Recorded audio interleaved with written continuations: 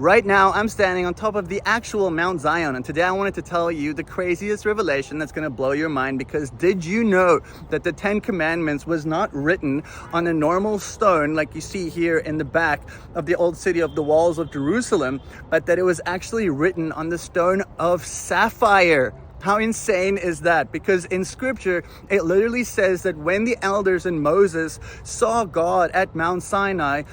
just before Moses was called up to the mountain, it says that God was literally standing on top of something, a foundation that resembled sapphire, the heavenly blue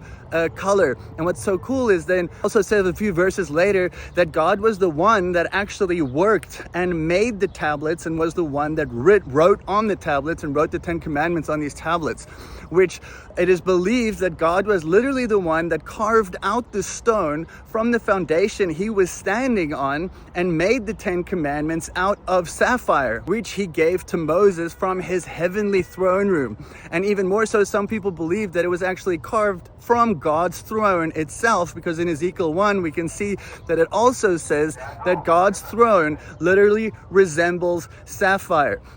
And this is really cool when it looks at the color blue, because we can also see later that God specifically commands his nation Israel that they need to wear tassels on their clothing with the color light blue and the color blue in them, in order to remember the commandments, which specifically confirms the fact that the commandments were blue as well, because why else would God tell them to wear blue on top of their tassels that